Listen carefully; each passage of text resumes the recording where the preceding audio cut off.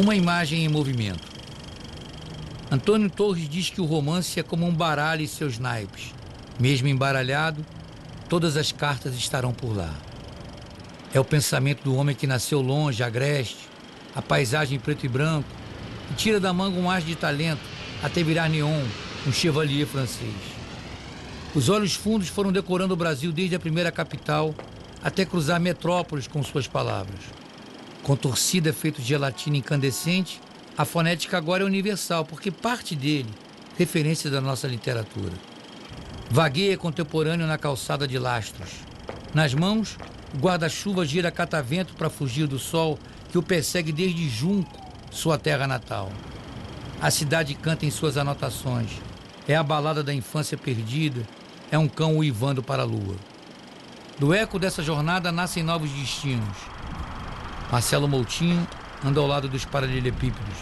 É atemporal, respeitando o passado das palavras. E também constrói, moviola, seu próprio cinema de enredos, um túnel do tempo em castilho de granito. Moutinho e seus afetos, a cidade e seus porões, paixões trêmulas em samba e futebol. Num plano nada americano, os dois se abraçam. Valetes, reis e damas. Todas as cartas, ensinou o mestre, flainando nesse álbum de retratos. Guardar o riso, o choro, o momento raro, cromo quadro a quadro, Rolleiflex tesouro, fotografia em pé horizontal, um beijo de namoro, fundo desfocado, revelado muro, o close, o fato, um 3x4, um zoom duradouro, um álbum de retrato sépia amarelado, angular, bizu.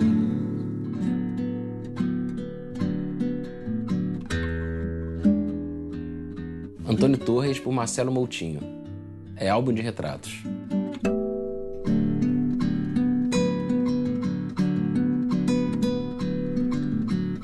Eu conheci o Antônio Torres através de um livro chamado Balada da Infância Perdida. Eu era bem moleque, gostei muito. Depois fui ler Um Cão Uivando para a Lua, já correndo atrás do livro daquele cara que eu tinha gostado. Depois fui trabalhar na Tribuna da Imprensa, eu era o repórter de literatura e o Antônio estava lançando O Nobre Sequestrador. Propus uma entrevista com ele, acabamos nos conhecendo. Poucos anos depois eu lancei meu primeiro livro de contos e ele generosamente escreveu a orelha do livro. E a partir de então desenvolvemos uma amizade assim. Eu acho que o Antônio é um cara muito generoso e que hoje posso dizer que é meu amigo.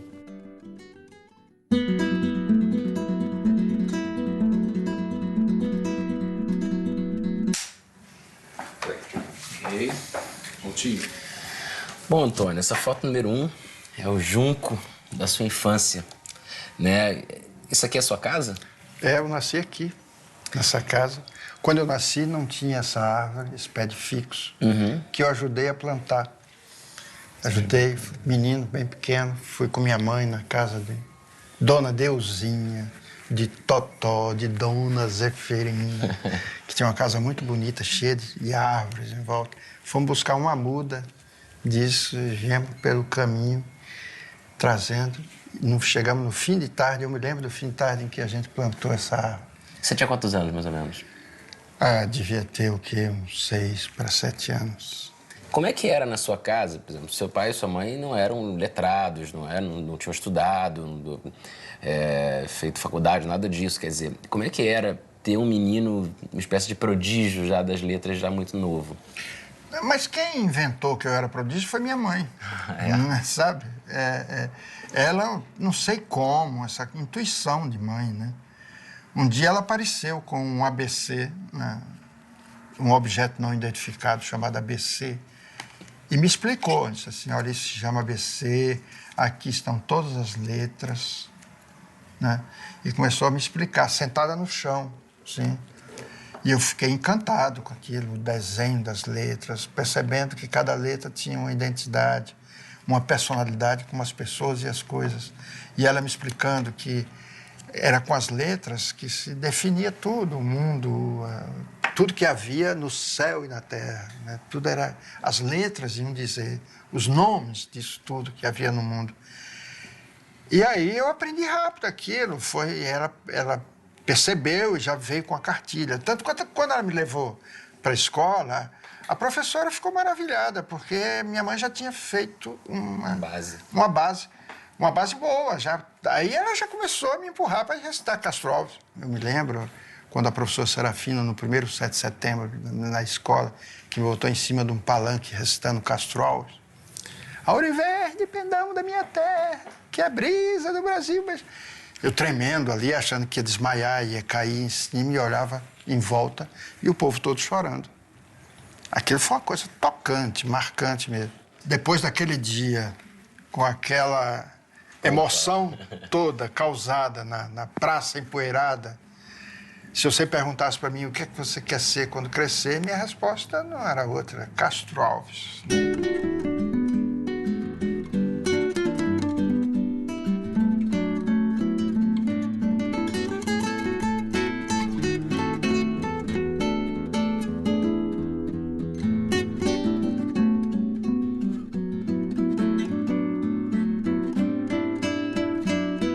Eu já estava com uma certa fama do menino que aprendeu a ler depressa e que sabia escrever, que já fazia a carta dos namorados, dos apaixonados do lugar, que não sabia escrever. O cara ficava me esperando no dia de feira com uma folha de papel e um lápis na mão e me contava toda a paixão, eu escrevia. Aí na segunda-feira seguinte estava a moça que recebeu a carta, para eu ler a carta que eu mesmo havia escrito para ela e fazer a resposta. E essa coisa foi Você lembra até a história do Central do Brasil, né? Quando eu vi aquilo, eu falei para Fernanda Montenegro, Fernanda, Dora sou eu, puxa. Você roubou meu papel? Falei pro Walter Salles, né? Ô, Valtinho, Dora sou eu, cara. A igreja era uma instituição importante lá para a cidade, né? Era tudo. A igreja era toda a vida social, era toda em torno da igreja. Missa, batizado, casamento, catecismo, quermesse, que as festas, e as festas de Natal, tudo era na igreja. Né?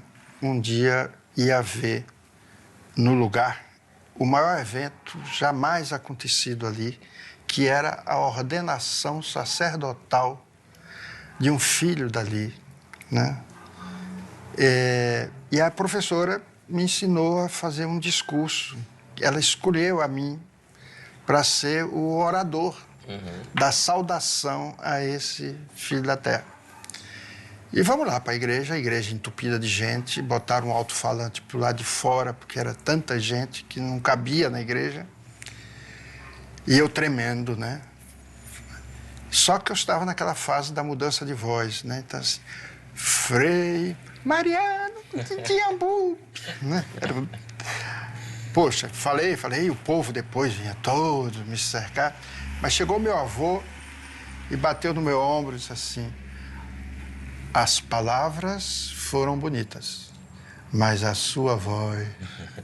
Naquele momento eu queria me enterrar naquela igreja. Mas quando eu cheguei na outra escola, na escola rural, a professora trouxe uma seleta escolar, que era um livro de leitura. E ela, primeiro dia de aula, ela pôs os meninos em fila e ela abria o livro e mandava as pessoas lerem. Pegava assim, pô, lê aí. Aí o menino pegava, lia, gaguejando e tal. Quando chegou na minha vez, caiu para mim o seguinte: verdes mares bravios da minha terra natal, onde canta a jandaia na fronde da Canaúba. Na verdade, é um poema em prosa isso, né? Começo de Iracema, de José de Alencar. E você não imagina o efeito dessa leitura na cabeça de um menino que vivia numa terra onde nem rio havia, quanto mais verdes mares bravios. Passei a sonhar com o mar.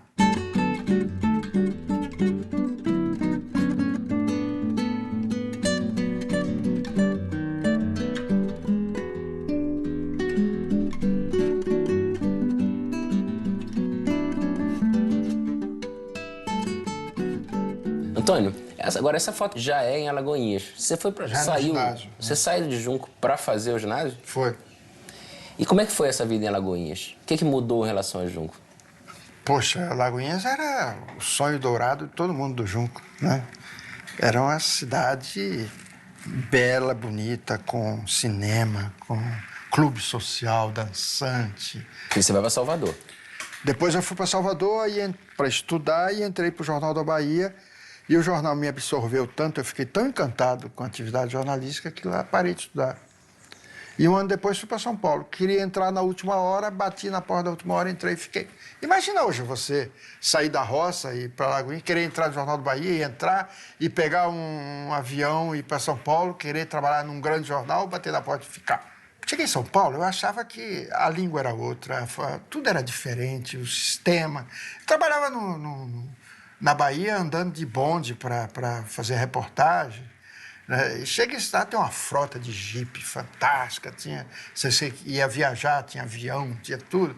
Quer dizer, era um outro... Eu fiquei encantado com isso, com essa mudança. Né? Caí no século XX. Você uma vez comentou que demorou para atravessar a Avenida Paulista, né? Quando eu estava querendo ir para... Não era Paulista, era o Vale do Anhangabaú, onde ficava a última hora. Eu levei um tempão, quase o dia inteiro, para atravessar, né? Morrendo de medo daquele movimento de carro, né? Mas era um lugar assim, onde eu cheguei, era um lugar sem sinal.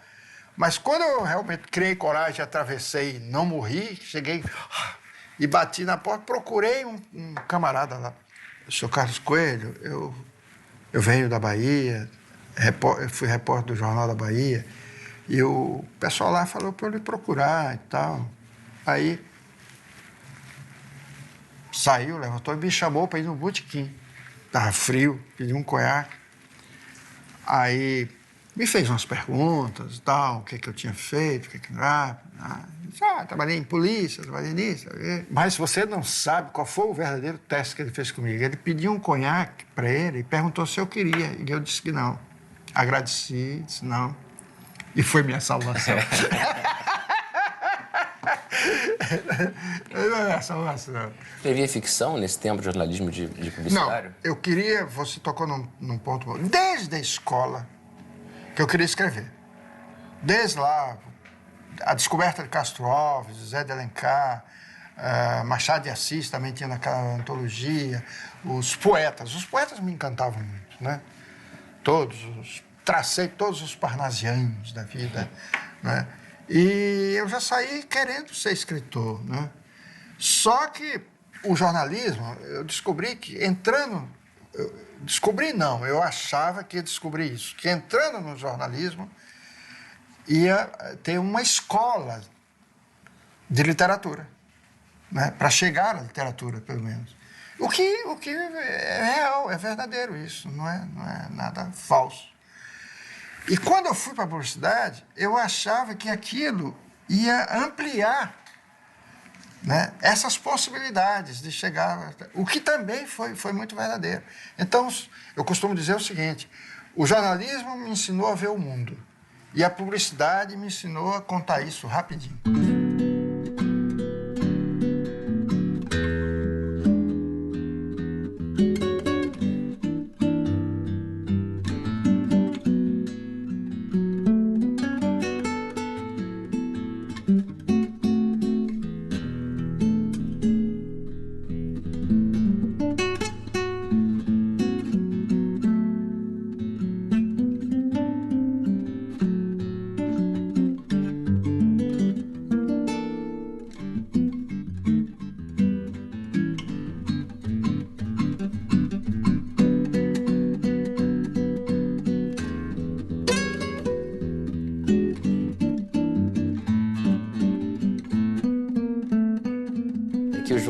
Da geração que foi se encontrando. Isso. Né? E aqui é no lançamento do meu romance Carta ao Bispo, em Salvador. E que foram quase todos os escritores lá. Foi uma festa bonita. Isso aqui onde é, Antônio? Um debate com o Júlio César Monteiro Martins, Ferreira Goulart, José Lozeiro e eu, né? Que o Ciro Sandrone, que editava a revista Ficção, Aqui é a Nelly dança. Ah, querida Nélida Pinhon. Nélida é uma amiga da vida inteira, assim. É a estrela da minha vida inteira, Nélida Pinhon. E esse aqui quem é, Antônio? Isso aqui foi o lançamento de um Como Vai Pra Lua em São Paulo, né? Adivinha quem é? Fernando Moraes. Aqui você está com Herbie Hancock. Como é que foi isso aqui? Ah, isso foi quando ele esteve no Rio de Janeiro para fazer um concerto no Teatro Municipal. Mas o Herbie tem a ver com o meu primeiro romance. Ele não sabe, não contei isso para ele, que é na parte de uma música chamada My Fun Valentine, tocada pelo Miles Davis, e que ele é ao piano. Vamos ouvi-la?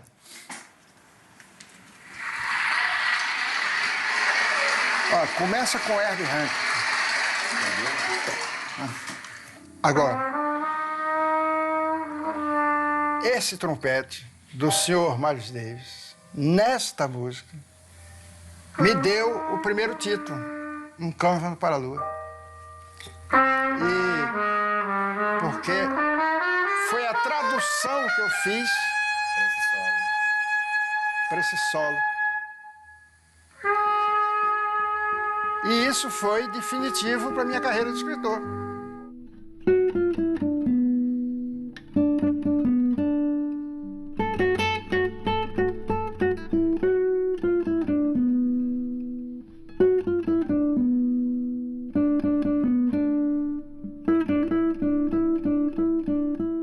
Lê a primeira frase, por favor. Só a primeira. Passei o dia todo subindo e descendo escada. Pronto. Preciso me cansar.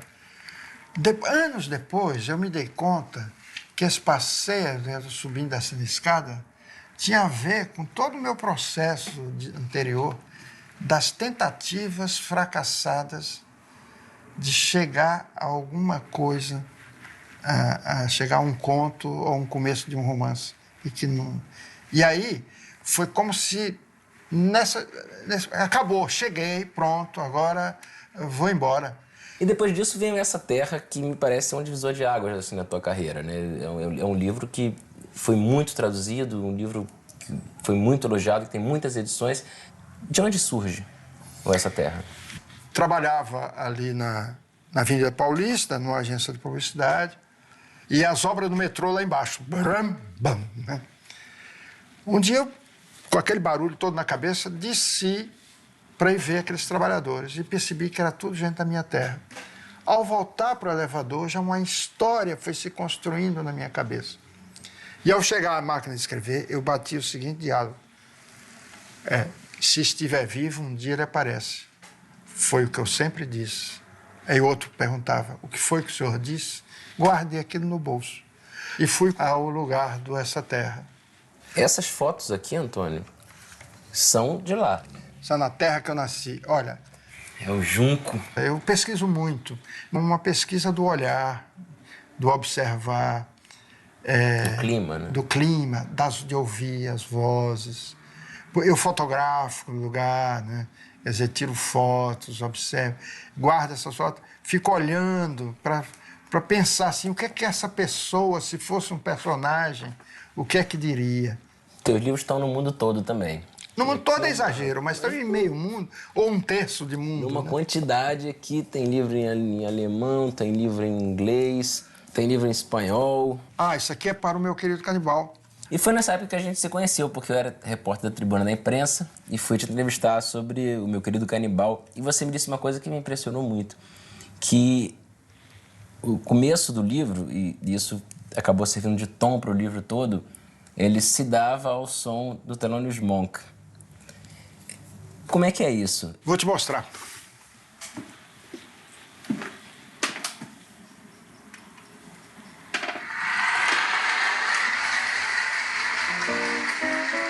Ponto. Ponto. Solta a mão. Ponto.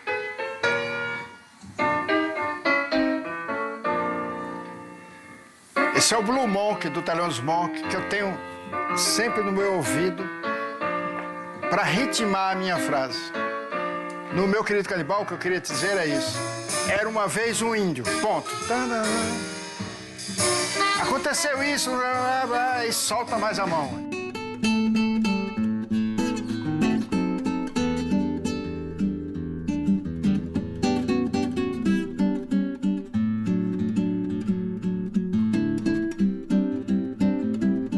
Agora, nessas fotos começa a aparecer uma pessoa aqui, que é a Sônia. Sim. Como é que você conheceu a Sônia?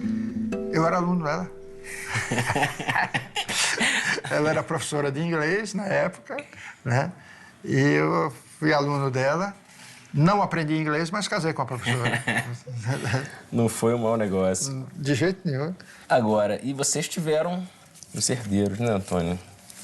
Esse quem é? Gabriel e Tiago. Aqui estão os dois. Né? Onde é isso? Isso é na Praça General Osório. É num lambe-lambe. Essa foto aqui é de quê? Aí foi quando fui condecorado Chevalier des Arts et des Lettres, né? Cavaleiro das Artes da Letra, pelo governo francês. Isso aqui? Essa aqui no Mont Saint-Michel, em busca da estátua do René de Guetrouin, que é o motivo do meu romance O Nobre Sequestrador. Isso é na terra que eu nasci. Olha, isso aqui é importante. Essa biblioteca, ela começou na minha primeira escola, era aqui, ó. Falei no começo da escola, da professora Serafina. Sim. Foi defronte dessa escola que se fez o palanque, onde eu recitava Castro Alves.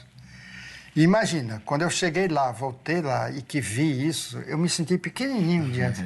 Em uma das fotos ali da sua biblioteca, tinha uma frase que o palestrante botou no quadro: Antônio Torres, Junco para o Mundo. De certa forma, você saiu de lá, foi para outras cidades da Bahia, como Salvador, foi para São Paulo, veio para o Rio, morou no Porto, morou em Lisboa, teve homenagem na França, foi traduzido no mundo todo e hoje mora em Itaipava, aqui, vizinho de Petrópolis, na Serra do Rio de Janeiro. Por quê? Foi uma ideia da Sônia. E juro a você, garanto a você que foi uma bela ideia. Você foi o responsável por retomar o passo no teclado com aquela sua ideia do dicionário amoroso da língua portuguesa. E levei um tempão para conseguir escrever o texto. Mas quando o texto saiu, minha querida amiga Nélida Pion disse: Torres, ela me chama de Torres. Torres, você está escrevendo diferente. Tem alguma coisa nova no seu texto. Aí eu disse: que bom que você me disse isso. Mas no íntimo eu estava dizendo: é Itaipava. E agora eu estou escrevendo um romance já há muito tempo, que vinha pensando no lado, nunca saí. Agarrei, ele avança e recua, mas ainda ontem eu fiquei muito contente que eu fiquei penteando 2 parágrafos, passando pente fino, frase a frase, mas ele está num ritmo mais lento, um ritmo de Itaipava. Né? Quando você entra nessa casa, você já desacelera. Desacelera e tal. E então eu disse: para que pressa? Não já fez esses livros todos e tal? Eles não continuam aí nas livrarias, não continuam sendo estudados, de alguma maneira estão vivos. Então, para que tanta pressa? O importante não é ficar publicando um livro por ano. É publicar algo que venha a surpreender o próprio autor, a me surpreender. Porque fica a esperança de que, se me surpreender, vai surpreender o leitor também. Acabou? Então tem lá fora ainda, rapaz. Obrigado. Eu tenho uma história para contar desse livro. Toco no apartamento do Jacó. Não preciso dizer por quê. O livro que acabou de chegar de Israel. Aí ele pega, bacana. Mas se eu fosse você, não ficava alegrinho assim, não. Porque, se bem conheço meu povo, só fizeram 2. Um para emprestar e outro para mandar para você. Porque lá ninguém compra nada.